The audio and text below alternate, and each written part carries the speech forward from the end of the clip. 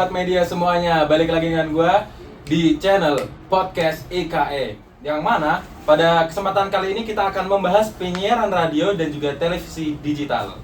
Dan pada kesempatan kali ini juga teman-teman, kita udah kedatangan tamu spesial yang bisa langsung diperkenalkan saja. Oke, thank you Mas Denep. Ya. Jadi teman-teman, sebelumnya kenalin nama gue Dul. Gue dari UPN Veteran Yogyakarta. Gue dari FISIP ya. Prodi gue ilmu komunikasi. Iya, benar banget ya teman-teman. Karena kita kan bakal bahas mengenai media ya dulu. Iya, benar. Yang berkaitan langsung sama komunikasi ya. Yes. Jadi kita langsung tanya jawab sama mahasiswa komunikasinya langsung Oke, nih. Iya, yoki.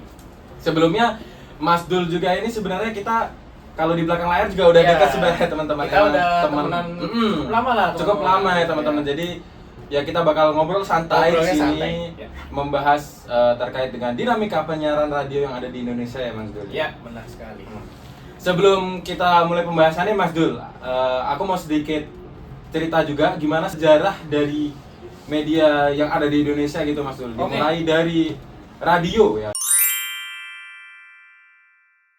Oke, Penyiaran tuh oke. awalnya di Indonesia tuh tidak bisa terlepas dari konteks politik dan juga perkembangan teknologi global. Ya. Yang mana radio itu hadir pada awalnya itu pada masa kolonial sebagai cara propaganda. Oh ya. Oh, oke. Ini kupotong bentar ya Mas. Iya. Setahu aku juga emang radio itu dari dulu ya, dari masa kolonial Belanda juga Jepang juga kayaknya itu tuh dipakai buat jadi alat propaganda buat mereka lah, buat melawan ya kayak serangan-serangan dari kita dari para anak-anak bangsa gitu. Jadi mereka kayaknya keluarin kayak propaganda di radio gitu. Karena frekuensinya tuh sebenarnya untuk menyebarkan informasi ya Mas? Iya, benar. Jadi pada zaman dulu, pada zaman kolonial itu digunakan untuk menyebarkan propaganda ya. Iya, Mas? benar.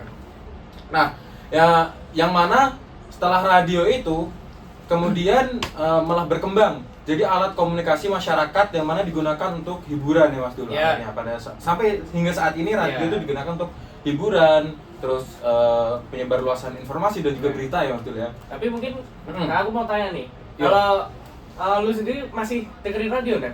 Masih. Masih. Kalau kesan gua Prambors Prambors. Radio Oh. itu karena dulu dari GSD Hmm. kalau lagi berangkat tuh. Oh, sama iya. bokap biasanya di mobil. Oh, di mobil ya? Iya. Kalau gue sendiri sih jarang sih, soalnya apa ya? Mungkin kurang fleksibel aja sih teman-teman. Karena ya gue sendiri kalau berangkat juga naik motor ya kan, nggak pernah naik mobil, jadi ya dengerinnya lebih ke arah yang mobil-mobil. Tapi aja. dulu pas zaman radio pasti masih ngikutin kan? Ngikutin, orang tua itu dulu suka dengerin radio Hmm. waktu aku TK sampai SD itu masih dengerin. Nah, tapi radionya terus rusak. Nah, kebetulan beli TV baru juga kan. Nah, setelah itu nggak pernah dengerin radio lagi. Tapi kalau keluarga yang dengerin masih ada. Dulu masih ini ya, zaman-zaman radio kalau rusak dipukul tuh. Kalau Ya, antenanya dipukul terus nanti kresek-kreseknya hilang. Kresek-kreseknya Ya. hilang gitu ya. Kresek-kreseknya Zaman-zaman hilang. itu ya dulu ya. Tapi kalau keluarga masih ada yang dengerin. Masih ada yang dengerin Si sampai Bang sekarang itu ya? dengerin. Jadi dia kalau tidur malam, kalau nggak nyetel radio nggak bisa. Bisa tidur Dia ya? dengerin wayang. Oh, Kalau yang di wayang Jogja kan ya, ada siaran wayangnya tuh. ya. Nah, Frekuensi. beliau dengerin itu. Channel yang wayang ya. Yes, benar banget. Nah, karena tadi itu radio, terus kemudian karena berkembangnya zaman, media komunikasi dan juga hiburan tuh berkembang ke televisi dulu, Yeah. yang mana udah mulai ada visualisasi warna dan gambarnya. Iya. Jadi menimbulkan pengalaman yang berbeda di masyarakat. Jadi yang awalnya kita hanya bisa mendengarkan suara, kita akhirnya bisa melihat gambarnya juga nih dulu. Iya. Kalau lu sendiri masih nonton TV sekarang? Enggak sih. Nah, enggak kan? Ya. Paling kalau tiap minggu aja MotoGP, itu pun MotoGP. ya biasanya bapak ya. Itu subscribe nggak sih kalau MotoGP apa? Enggak. Oh, di salah satu Stasiun stasiun televisi televisi ada. Oh, gue kira itu sekarang udah subscribe gitu. Kayak Enggak. kalau F1 kan kita harus subscribe ya teman-teman. Kalau Di salah F1, satu iya. platform lah. Kalau pertama kali ini apa? Yang paling diinget pertama kali nonton TV, acara yang paling diinget deh. Rudi Kapur. Oh, Tabuti itu. oh iya Sebelum berangkat sekolah. Rudi Tabuti atau Iya, siapa Rudi itu? Tabuti yang kapur terus ada bisa hidup itu tuh. Iya. Itu seru banget sih dulu sih. Kalau kau mungkin apa ya? SpongeBob pasti. Enggak. Oh enggak. Oh ini Naruto. Naruto. Sorry. Iya, gue Balik dulu TPK. skip. Gue skip ngaji nonton Naruto. Iya. Demi Naruto ya. Demi Naruto. Nah. Walaupun besoknya episode diulang lagi tuh. Kan kesel ya? Diulang terus dengan Iya. 100 kemudian kan. Iya, anjir. Aduh, jadi tasik sari teman-teman. Ya. Nah itu ya. Jadi bisa kita lihat ya yang awalnya dulu lu masih radio, gue juga dulu masih radio, terus berpindah ke televisi ya dulu ya. Iya. Yang mana banyak kartun-kartun. Itu padahal kita zaman SD itu aja udah Iya, SD. TV ya dulu ya. Nah gitu teman-teman. Dan seiring berkembangnya zaman juga semakin ada layanan streaming seperti YouTube, Netflix dan juga platform lainnya dulu. Ya nggak? Ya. Ya kan sekarang jarang nonton TV, jarang dengerin radio, pindahnya kemana coba?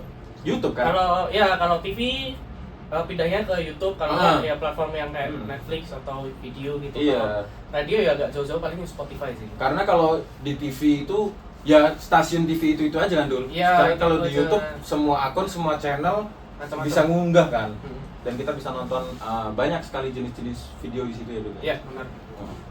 Nah, untuk bisa benar-benar memahami seperti apa dunia penyiaran hari ini, terus dinamikanya sampai hari ini tuh kita perlu menoleh ke belakang nih Mas Dul. Oh, ya. Yang mana kita bisa melihat perjalanan dari media ini dari awalnya dimulai itu seperti apa gitu Mas Dul. Oke.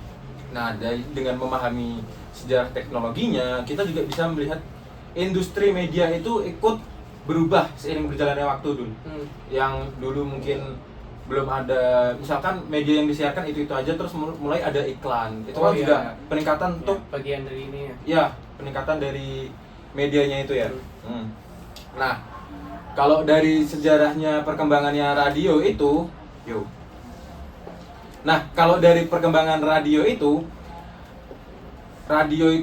awalnya itu sebagai penyiaran utama yang muncul sebelum televisi dan internet dulu. Yes. Ya kan, setuju kan? Setuju.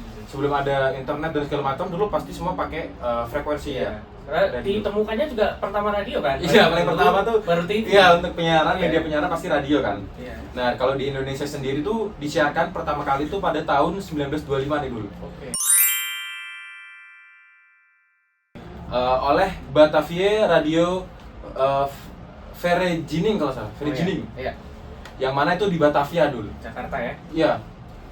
Pas zaman-zaman masih Ya. di Belanda tuh, Belanda, iya kan. Yang mana itu masih digunakan oleh kalangan-kalangan yang elit aja pada zaman-zaman kolonial. Jadi walaupun kalau sekarang itokannya radio itu orang yang misalkan nggak elit pun bisa ngejangkau, zaman dulu radio tuh cuman orang elit dulu.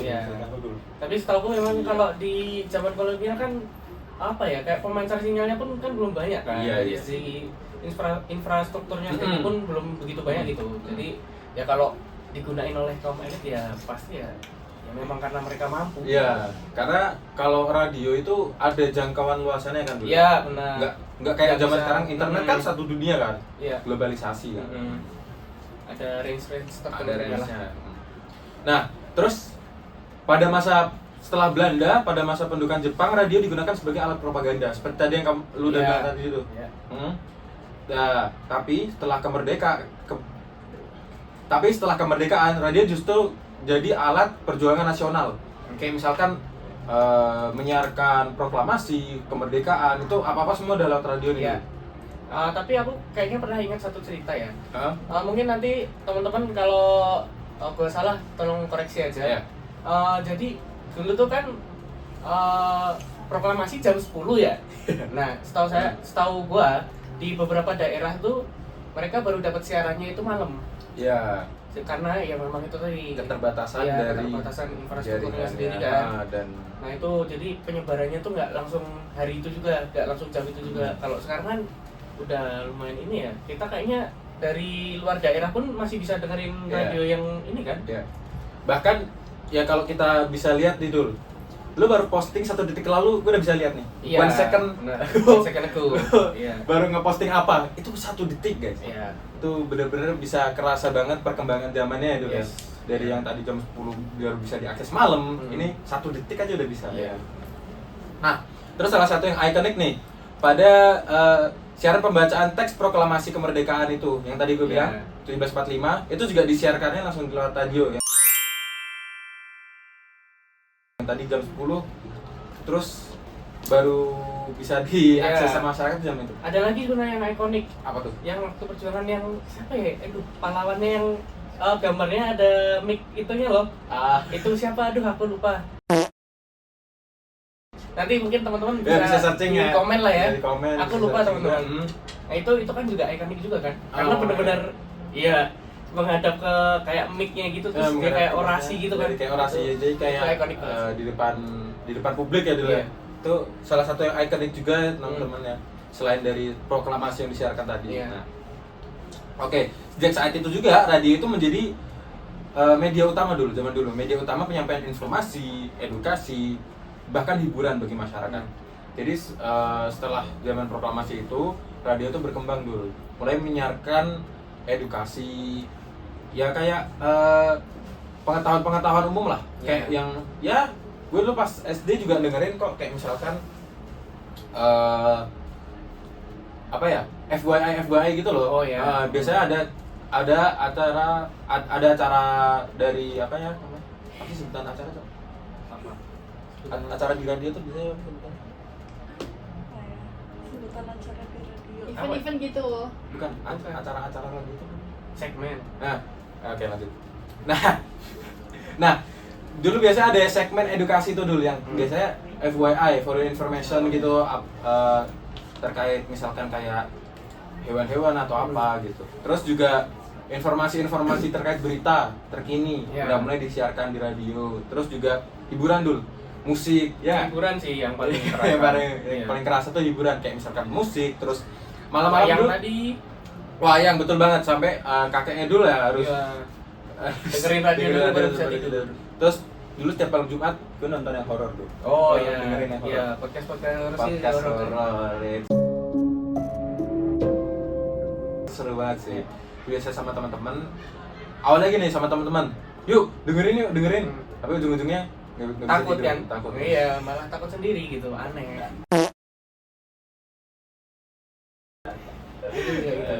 Nah, habis itu langsung lanjut dari radio itu tadi karena udah maju, mulailah di perkembangan tuh ditemukan televisi. Yang mana pada awalnya tuh tahun 1962 bertepatan dengan penyelenggaraan Asian Games dulu. Asian Games tempat. Iya, di Jakarta. Iya. Itu ikonik banget sih karena ditemukannya pas di Indonesia tuh berbarengan sama Asian Games keempat itu di Jakarta. Nah, kemudian ya dulu zaman dulu ya TV masih hitam putih ya. Iya. Teknologinya belum kemajuan. Tapi nggak ngerasain ya kita ya. Nggak ngerasain. Kita kelahiran 2005 2006 itu udah ada warna. Warna lah. Paling kita ngerasainnya TV tabung. TV tabung ya, Iya. Yang masih ada keder-keder itu. Iya. Gede TV-nya. Gede, dipukul aja belakangnya biar balik lagi normal lagi ya kan. Kalau TV hitam putih nggak ngerasain. Nggak ngerasain sih. Terus setelah adanya perkembangan, pemerintah Republik Indonesia tuh meluncurkan dulu TVRI. Ya, itu stasiun TV pertama kan? Stasiun TV pertama itu. Biasanya kalau misalkan orang tua kita cerita tentang TV pasti yang diceritain itu tuh. TVRI itu pasti. Jogja juga ada. Semua. Kalau sekarang terkenal kan TVRI kayak misalkan berita-berita. Padahal kalau zaman dulu ya edukasi, terus hiburan, anak-anak dulu juga pasti di TVRI dulu. Yeah. Acara TV-nya. Nah, habis itu karena udah berkembangnya TV juga, ada TV analog, terus ada sinyal audio, terus juga sinyal listriknya udah semakin kuat. Terus jadi sekarang ada TV yang udah seperti sekarang, TV digital yang udah bukan tabung lagi. Terestrial. Ya. Kalau jenis TV-nya, oke, mungkin aku koreksi sedikit ya, Mas. Jadi kalau itu mungkin jenis ini ya, jenis siarannya ada analog sama digital. Jenis siarannya. Kalau TV-nya itu ya TV tabung sama TV LED lah kalau TV sekarang. LED ya, bener banget teman-teman. Ya, sorry ya. LED. Makasih udah dikoreksi juga dulu. Jadi TV LED pada yang sekarang lah kita udah umum lah ya. Udah nggak asing lagi. Yang mana juga udah semakin berkembang lah, mulai dari antenanya juga udah semakin kecil. Kalau dulu kan antena harus di atas rumah tuh dulu. Kadang pakai parabola. Iya, kadang parabola ya, Iya. kadang pakai parabola. Dan ya maksudnya udah nggak di atas TV-nya lagi Iya. atau apa kan. Udah semakin canggih. Terus salurannya udah semakin banyak, Iya. acara TV-nya makin banyak. Dan ada ini yang terbaru-baru booming beberapa tahun ini, set-top box. Oh iya, set-top box. Iya kan, Itu Dil? waktu analog switch off ya kalau Analog switch off, ya. Itu migrasi dari Migrasi. digital ke dari analog ke Dari digital. dari analog ke digital itu harus pakai set-top box. Iya, gitu. gua beli itu dulu. Dia beli ya? Beli. Gue juga beli tuh. Bapak gue buat nonton GP, Iya. lain di kayak gituan. Iya, tapi nggak gitu mahal sih sebenarnya. Iya. Kecuali pas lagi stoknya habis ya. Stoknya habis baru jadi mahal. Terus habis itu ada juga kalau zaman sekarang tuh yang TV ini dulu, Smart TV. Oh iya, Nah, kita bisa udah ada OS-nya kan? bisa nonton YouTube, Hmm. terus channel-channel luar yang ya Iya, kayak ada Android TV sekarang. Android TV juga. Jadi kayak bener-bener kayak kita pindahin HP di TV. Iya, Ya benar. kan? Terus nanti bisa ada muncul keyboardnya juga dulu di TV. Ada, ya keyboard virtual itu kan. Tuh. Itu kalau setahu gua kalau smart TV itu kalian nggak usah beli set-top box lagi, jadi udah langsung bisa nangkap sinyal siaran digital. Jadi nggak perlu beli kayak alat terpapri lagi. Ya, nggak usah. Jadi dia tinggal TV-nya doang. Iya, tinggal TV-nya aja, tinggal Cuma pasang antena lah. modal dicolok aja, Iya. itu udah bisa terserah kalian mau nonton apa aja di situ ya. Iya, mau yang online bisa, yang siaran biasa bisa. Nah itu nih tadi teman-teman sekilas sejarah dari yang awalnya dulu radio untuk alat propaganda pada zaman kolonial sampai menjadi TV LED zaman sekarang ya. Nah langsung aja nih, gue mau tanya-tanya nih sama lo ini dulu. Oke. Gue ada beberapa pertanyaan nih. Oke. Ya harus lo jawab ya. Wih, nggak boleh nih kalau nggak dijawab nih. Nggak boleh. Soalnya Waduh. gue yakin nih tamu spesial kita nih pasti udah Jangan gitu menguasai materi kali ini. Oke. Oke. Yang pertama nih Dul, mengapa migrasi dari siaran analog ke digital dianggap penting bagi industri penyiaran Indonesia? Dan jelaskan misalkan keunggulannya apa sih kok bisa harus berubah dari tadi analog ke digital itu tadi? Oke, kalau menurut gue sendiri ya, kenapa migrasi itu perlu? Kita lihat dari segi kayak teknologi TV-nya dulu. TV kan sekarang udah yang aku bilang tadi, Daniel juga udah jelasin ada Smart TV, ada Android TV. Dari segi TV-nya sendiri pun sekarang kalau monitor-monitor gitu ya, sekarang tuh udah maju banget. Sekarang jenis layar tuh udah nggak cuman IPS, tapi ada AMOLED sama yang paling tinggi itu OLED. Itu menurut aku juga berpengaruh sih, karena kan misal nih kita masih pakai siaran analog, kita masih pakai antena kan jangkauannya ya TV digital juga pakai antena ya, tapi kan frekuensinya kan beda ya. Frekuensinya beda. Dari kayak gambarnya pun kualitasnya tuh Jadi beda gitu. untuk nangkep frekuensinya itu udah Iya. beda kualitasnya ya. Kualitas gambarnya yang dihasilkan tuh beda lah. Jadi bayangin kalian punya TV OLED gitu, kalian beli 10 juta TV-nya OLED tapi siarannya masih analog. Ya, yang Kebanting lah. iya kena hujan kemersek gitu istilahnya. Iya. Kan percuma gitu teknologi yang kalian beli. TV-nya udah LED, Iya. yang berapa inch, terus Yang yang gede, curve, iya. tapi masih keder, masih Kan kalau sama kena hujan aja, kan sama iya. aja ya. Jadi Makanya. emang dibutuhkan banget migrasi itu tadi. Iya. gitu ya. Kalau buat keunggulannya sendiri ya itu tadi, dari segi kualitas jelas dia meningkat lah dari analog, karena ya dari segi pemancarnya pun udah beda. Terus ada lagi dia setauku tuh dia gelombang siarannya tuh lebih kecil. Jadi yang misalnya tadi pakainya 2 ruas jalan nih, sekarang dia cuma pakai 1. Nah jadi 1 ruas jalannya lagi tuh bisa dipakai buat yang lain teman-teman. Benar banget. Misal buat teknologi 5G. Ya. Itu Jadi, support apa ya? banget. Jadi ngirit lah kita hitungannya lah. Jadi ngirit, ya. Iya, efisien. Efisien karena Itu sih. selain itu juga dulu ya, dari segi ketajaman warna udah Oh iya, warna bagus. jelas. Dari awalnya. Oh iya, kameranya juga teman-teman. Kalian Hmm. pakai kamera yang oke tapi disiarinnya di analog terus kena hujan hilang gambarnya sama aja, nggak guna. Sama aja gak guna. Makanya Jadi, migrasi itu penting. migrasi itu ya penting dengan berbagai keunggulannya dulu Iya. ya. Pasti kita rasain kok teman-teman yang awalnya TV tabung hitam putih doang sekarang udah tipis. Iya. Ya intinya efisien itu tadi ya dan udah lebih fleksibel. Ya. Dan juga ini aku tambahin sedikit lagi, Indonesia itu migrasinya telat. Karena di negara lain kayaknya di tahun 2005, 2007 gitu, 2010 mereka itu udah migrasi. Kita kalau nggak salah awalnya itu niat mau di 2014, tapi baru terrealisasi di tahun 2020-an ke atas lah. Iya. Itu sih. Makanya Ya, kalau migrasi itu tak. iya, kalau kita nggak mau ketinggalan ya migrasi. Migrasi. Ya, makanya pas tahun 2020 tuh booming banget kan set-top box. Iya, Mau penjual set-top box tuh Iya. langsung cuan. cuan. Walaupun sebentar ya cuan. Tapi sebenarnya cuan. Nah itu di teman-teman tadi dari keunggulan dan kenapa kok migrasi itu seperti itu ya dulu. Lanjut pertanyaan kedua nih dulu. Oke. Kira-kira menurutmu sendiri tuh apa tantangan utama dalam mengimplementasikan siaran televisi digital di Indonesia khususnya terkait pemerataan akses dan literasi masyarakatnya dulu?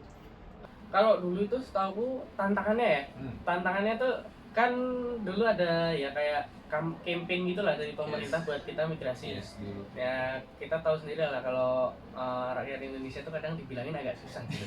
Agak ngeyel ya orang-orangnya. Selama bisa nonton analog ya kenapa pindah gitu. Lagi pula kita juga nggak punya uang buat beli alat set-top box-nya gitu. Akhirnya kan sempat ada kayak campaign lagi juga kayak bagi-bagi set-top box gratis dari pemerintah itu kan. Sejenis subsidi itu ya? Iya, subsidi ya itu subsidi set-top box itu biar masyarakat tuh mau pindah ke TV digital gitu. Itu sih tantangannya menurut aku. Tantangannya ya generasi-generasi Emang, yang menolak lah ya. Literasinya itu sulit lah. Iya. Iya itu sih. Nah terus kalau misalkan dampak nih, kalau menurut lu dampak apa yang mungkin terjadi jika sebagian masyarakat tuh nggak mampu mengakses set-top box itu tadi? Ya dampaknya mereka nggak bisa nonton TV jelas. Itu dampaknya. Karena kan analog switch off, namanya itu switch off, itu dimatiin. Siaran analog sama sekali nggak bisa diakses. Kalau kalian nggak punya alatnya, kalian nggak punya set-top box ataupun kalian nggak punya smart TV, ya udah kalian nggak bisa nonton. Cari platform lain aja lah. Kalau kalian mau nonton YouTube ya silakan nonton gitu. Kalau kalian memang nggak mau nonton TV ya silakan nonton yang lain gitu. Nonton Netflix kayak nonton video, nonton YouTube terserah kalian gitu. Jadi benar-benar yang dampak dari yang dirasakan oleh orang yang nolak set-top box itu ya benar-benar nggak bisa nonton siaran TV kan? Nggak bisa nonton TV. Tapi kalau memang kalian nggak mau nonton TV ya terserah kalian. Kita kan nggak punya apa ya? Wewenang untuk kita nggak punya. Itu kembali ke hak masing-masing. Kita nggak bisa maksa lah. Nah, itu nih teman-teman apa dampak yang dirasakan. Terus kita lanjut ke pertanyaan berikutnya nih Dul. Kalau menurut lu tuh mengapa platform OTT kayak Netflix terus video itu lebih diminati daripada televisi konvensional deh menurut lo? Untuk generasi muda terkhususnya ya? Over the top ya? Menurutku kenapa disukai? Kan tadi lu sendiri udah nge-mention ya di awal. Karena TV itu salurannya ya itu aja gitu. Kadang tuh kita mau cari sesuatu yang refreshing gitu ya. Tapi dari TV-nya sendiri tuh tidak menyediakan itu. Benar. Misal kalau sport mungkin adanya bola, voli sama MotoGP tadi. Ya, itu pun highlight. Iya, kadang highlight, kadang nggak live langsung kan. Itu. Nah, makanya OTT itu sekarang apa ya kayak oke banget lah kalau menurut aku sendiri ya. Gue sendiri kan udah nggak nonton TV nih sekarang. Pakainya OTT semua lah. Kontennya tuh lebih oke lah. Karena kalau misalnya kita mau cari konten yang misalnya community banget nih. Gue kan anak teknologi lah. Itu lebih lengkap di YouTube daripada di TV. Nggak ada kalian di TV itu, setahu ya, tutorial rakit komputer bener-bener dari awal sampai akhir sampai komputernya nyala tuh nggak ada. Nggak pernah aku nonton kayak gitu. Bener banget. Apalagi terus yang kerasa juga tuh iklan. Iya, iklan dan iklannya lebih panjang. Iya, sekarang kerasa banget loh. Iya. Panjang banget di TV tuh. Karena kita kebiasaan nonton OTT. Iya, kebiasaan nonton OTT. Paling mentok 30 detik kan? Di skip. Iya, di skip. Itu pun di skip. Di skip. Yang nggak bisa di skip paling iklan yang 5 detik, 10 detik itu nggak bisa di skip. Kalau di TV kan memang ada durasinya lah kalau di TV. Nah, karena kita udah bahas medianya, platformnya itu tadi, gue mau tanya nih, menurut lu nih, gimana sih algoritma rekomendasi konten pada platform streaming memengaruhi kebiasaan konsumsi media para audiens? Oh ya, algoritma tuh ngaruh banget sih. Makanya sekarang tuh ada yang namanya attention span. Nah itu kan. Iya benar. Misal kita suka nonton video yang durasinya tuh pendek, 30 detik maksimal. Kalau kalian nonton lebih dari itu kalian udah pasti skip, pasti kayak shorts lah, Iya itu. Karena kan itu dari algoritma juga kan. Kalian suka nonton video pendek ya dikasihnya video yang pendek terus gitu, nggak akan dikasih video yang panjang gitu. Dan temanya juga algoritma Iya banget iya kan? itu. Oh iya Algoritma. ini algoritma juga ini banget sih. Kadang tuh bikin apa ya kayak echo chamber gitulah. Jadi kita tuh nggak bisa mendengarkan atau menerima pendapat dari apa yang di luar kesukaan kita gitu. Misal aku suka A, terus orang lain ada suka B. Karena kita Iya. algoritmanya di A, kita tuh pasti sukanya di A terus ya. Akan kita pindah ke B. Oh, Dan iya. kalau B ngomong A ini ada kurang, pasti kita nggak akan terima itu. Iya, terima. Kita pribadi lah. Mm-mm. Setiap orang punya passion masing-masing, punya Iya. kesukaan sendiri-sendiri kan. Makanya ada itu tadi ya, algoritma. Iya, itu. algoritma ngaruh banget sih. Lanjut nih, Idul nih. Menurut lo bagaimana media mainstream dapat beradaptasi dengan tren konsumsi konten pendek kayak short, terus kalau di Instagram tuh apa reels kayak Oh, gitu, iya. dan mobile friendly. Gimana cara adaptasi? Adaptasinya ya. Misal kalau dari TV ya, misal TV kan namanya panjang nih, segmennya panjang. Misal aku ambil aja on the spot deh gitu. Yes. Itu paling enak tuh buat contoh. Yes. On the spot kan dia ada segmennya, misal Ah. horor, terus hewan, Yeah. terus mobil gitu Iya, misalnya. iya, on the Nah, spot. itu kan bisa misal kita mau sekarang algoritmanya kan memang video pendek ya. Jadi kita ambil aja misal yang tadi yang horor nih. Kita potong-potong aja jadi video pendek. Kita upload di di platform digital. Sekarang mengenai regulasi nih, menurut lo ngapa? Kan kerasa banget nih regulasinya kalau di Indonesia nih. Menurut lo regulasi di Indonesia tuh kenapa kok dianggap belum sepenuhnya mampu ngimbangin perkembangan media digital? Karena memang regulasi ke arah sana tuh belum ada. Kita tahu sendiri, kita nonton yang gore-gore di ini ya, di media digital tuh wah itu parah men. Apalagi kayak platform Twitter itu Yes. parah banget.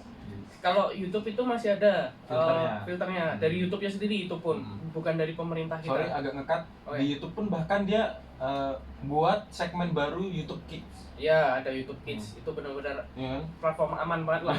Aman banget. Iya. Jadi oke nih Pak, lanjut ke gue punya pertanyaan terakhir nih buat lo. Oke. Menurut lo nih, apakah penetrasi internet dan juga media digital berpotensi memperlebar kesenjangan digital antar wilayah di Indonesia? Oke, ini kita throwback lagi ke yang Yes. pertama. Yes. Kita ngomongin radio kan tadi. Yes. Radio aja kita dulu itu belum merata. Sampai akhirnya sekarang merata. Pindah ke TV. TV kita pindah ke digital, kembali nggak merata lagi karena ada orang yang nggak punya set-top box. Ada orang yang nggak punya smart TV. Yes. Mereka harus beli dulu, harus ada subsidi dulu. Dan itu tuh kayak di Indonesia memang secara infrastrukturnya sendiri itu belum, menurut gua belum merata lah. Dari segi jaringan pun di daerah 3T Ya. itu kan juga belum ada sinyal kan, ya kayak gitu. Mungkin kita bisa ini juga ya, perbaiki dulu satu-satu gitu. Ini kan kita tadi ngomongin penetrasi internet ya, jelas itu penting banget lah buat kita kan sekarang ada di zaman globalisasi ya teman-teman. Kalau kita nggak ada internet tuh kita mau ngapain coba? Bertanya. Kalian kalau nggak ada kuota, bertanya kalian mau ngapain? Nah, kalau kalian nggak punya kegiatan pasti kalian melakukan hal-hal negatif. Ya bercanda teman-teman. Tapi kan memang kalau nggak ada internet gabut banget kan. Gabut banget. Makanya itu kalau dari segi internet aja kita nggak merata, ya pasti adalah kesenjangan sosial gitu. Gitu. Jadi statement internet cepat buat apa tuh menurut saya itu harus dibuang jauh-jauh sih dari mindset nggak cuma pemerintah, kita juga gen-gen yang mungkin boomer, sorry to say ya, mungkin mereka suka ngomong gitu buat internet buat apa gitu, ya itu butuh gitu loh. Kita sekarang itu zamannya udah nggak kayak dulu lagi yang pakai surat. Oke teman-teman, karena kita udah masuk ke pertanyaan terakhir itu tadi, gue agak sedikit kasih ringkasan ya. Oke. Ringkasan akhir ya. Jadi kita hari ini tuh udah bahas banyak banget ya dulu ya. Mulai dari tadi sejarah, dari yang awalnya sejarah media itu dimulai dari radio, terus TV, kemudian terus platform digital, Iya. dan ya sekarang udah banyak banget inilah perkembangannya Yes, benar. secara visual maupun juga Audionya. audio ya. Dan juga kemudian tadi kita juga udah tanya-tanya terkait dengan tantangan, kemudian tadi ada regulasi, terus sampai tadi yang terakhir tuh mengenai dengan kesenjangan ya dulu ya. Yes, benar banget. gitu teman-teman, makasih banyak ya dulu ya sudah mempersempat waktunya untuk datang ke podcast gue nih. Thank you nih, gue yang udah diundang nih. Udah, gitu aja guys. Close the window. Hai, dadah.